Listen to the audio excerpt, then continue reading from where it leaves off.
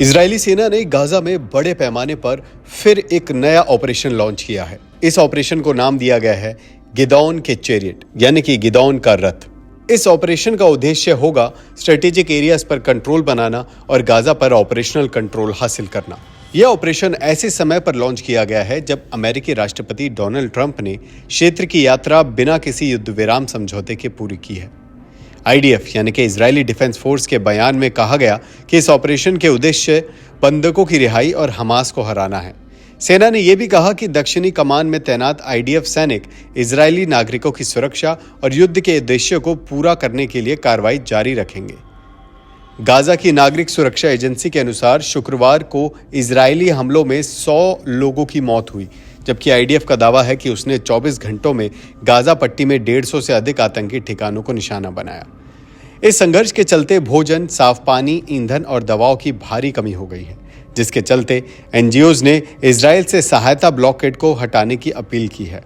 Israel का कहना है कि सहायता रोकने का उद्देश्य हमास पर दबाव बनाना है, जो अभी भी 7 अक्टूबर 2023 के हमले में पकड़े गए दर्जनों इजरायली बंधकों को अपने कब्जे में रखे हुए है।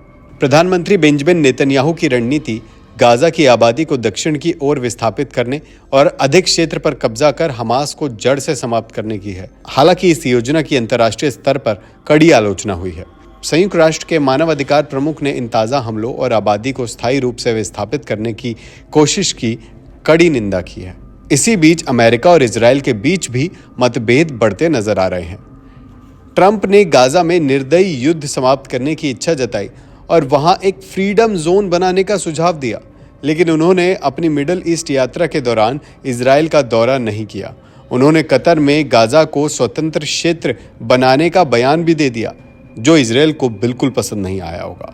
Well, we're working very hard on Gaza, and Gaza has been a territory of death and destruction for many years. And I have concepts for Gaza that I think are very good.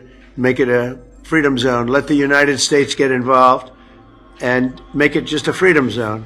Have a real freedom zone. America ने Hamas और हुतीज के साथ द्विपक्षीय समझौते भी Israel को दरकिनार करते हुए किए। हमास ने हाल ही में एक इजरायली अमेरिकी बंधक को रिहा किया और हुतीज ने रेड सी में अमेरिकी जहाज़ों पर हमला ना करने का वादा किया। हालांकि वे इजरायल के खिलाफ संघर्ष जारी रखने की बात करते हैं। हालांकि अब इजरायल के भीतर भी असंतोष बढ़ रहा है। हजारों रिजर्व सैनिक युद्ध की लंबी अवधि से नाराज हैं। एयरफोर्स के कुछ पूर्व सैनिक और अधिकारियों के एक समूह ने सरकार से आग्रह किया कि वह बंधकों की वापसी के लिए किसी समझौते को प्राथमिकता दे, इवन अगर इसके लिए युद्ध विराम भी करना पड़े।